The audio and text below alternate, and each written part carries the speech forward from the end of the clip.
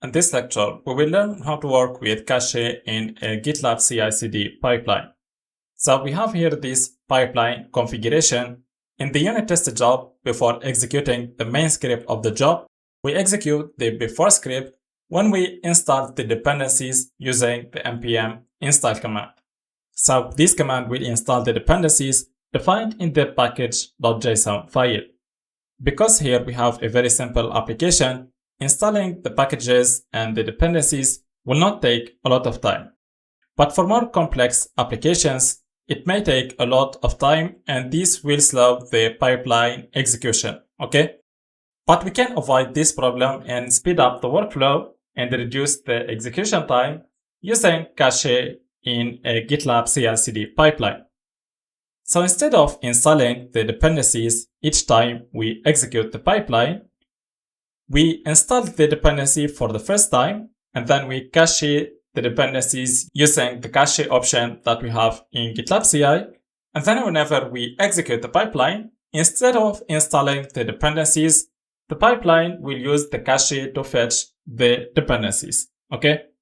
And we will do that for both the unit tested job and the code coverage job.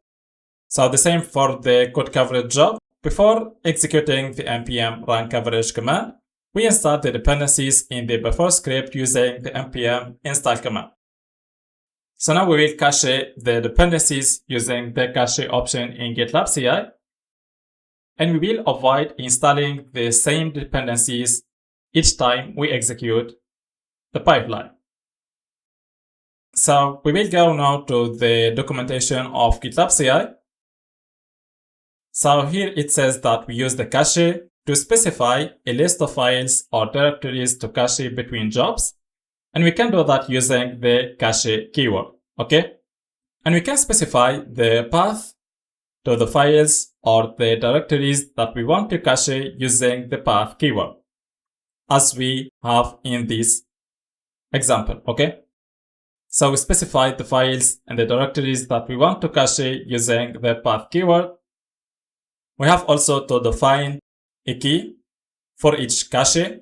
So we have to give each cache a unique identifying key.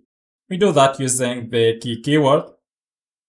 And we can define the key of the cache using the files option. So we can create a key for the cache based on the content of one or more files, as we have here in this example, okay?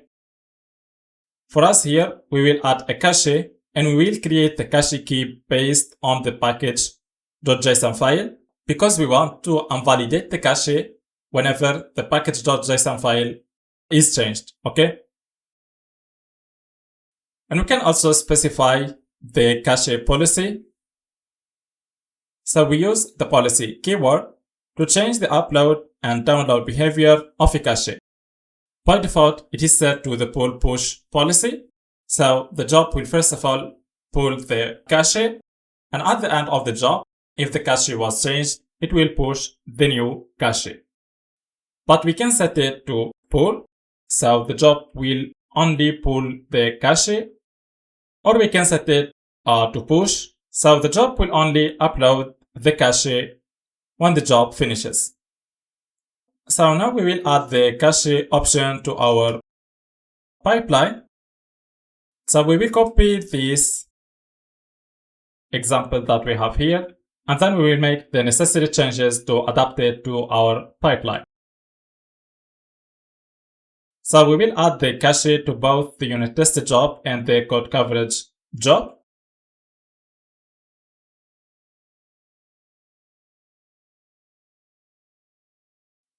So when executing this command, the npm install command, a new folder called node modules will be created here where the dependencies will be installed, okay? And we want to cache this folder. So here we will specify the path to the node modules folder, okay? So here we will specify the path to the node modules folder. So we will mention the name of the folder that we want to cache.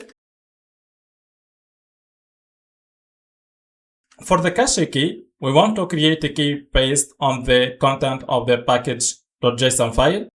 because we want to invalidate the cache whenever the package.json file is changed. Okay. So here we will mention the name of the file that we want to use to create the cache key, which is the package.json file. And we can specify a prefix for the key. It can be, for example, node models. So now when we execute the pipeline with this configuration, the unit test job will create a cache. It will store this folder, the node models folder that will be created when executing the npm install command. And for the cache key, it will be node models combined with the SHA value of the package.json file. And any change to the content of the package.json file will invalidate the cache, so a new cache will be created. Okay. We will add the same configuration to the code coverage job.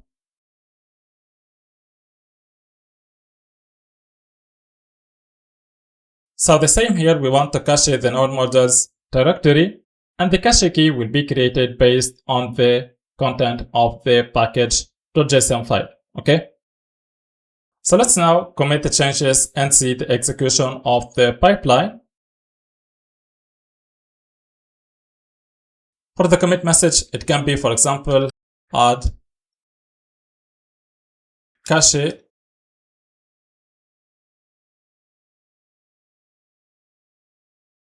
to the pipeline.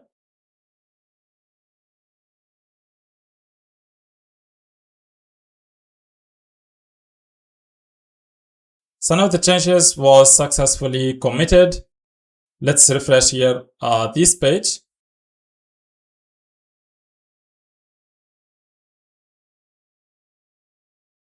So now we see that a new pipeline was triggered.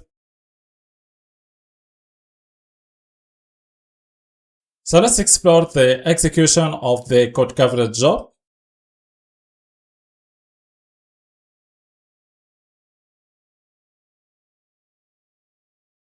So if we scroll up, so here we have a new step for restoring the cache. So it will look for this cache. So the cache key starts with node models, followed by the SHA value of the package.json file, as we specify here in the pipeline configuration. Okay.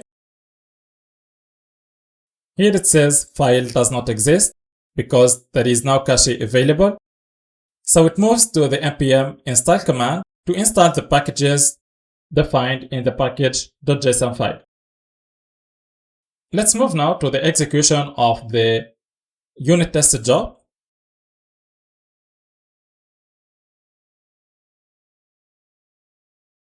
So the same for the unit test job. We have here a new step for restoring cache.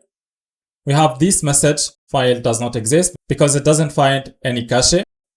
So it will install the dependencies using the npm install command.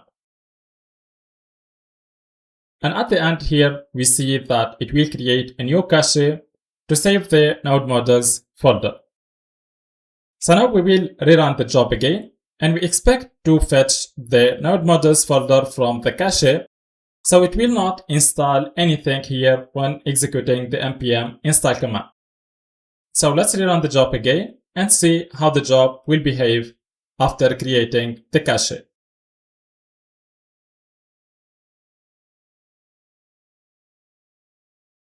So it will rerun the unit test job.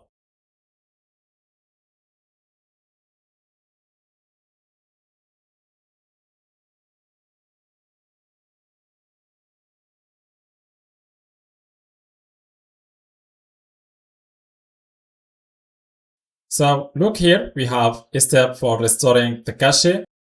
So it found a cache with this key. And at the end, we see that the cache was successfully extracted. And next, it says here that up to date. because all the dependencies are found in the extracted cache, so it doesn't install anything, and this will speed up the pipeline, especially for more complex applications.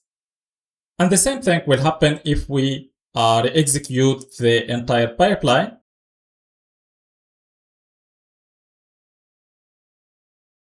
So because the application dependencies are available in the cache, both the unit test job and the code coverage job will not install anything when executing the npm install command. And finally, what we have to know about cache is that any change made to the package.json file will automatically invalidate the cache, so a new cache will be created. So that's how we can work with cache in GitLab CI. I hope that everything is clear, and thank you very much.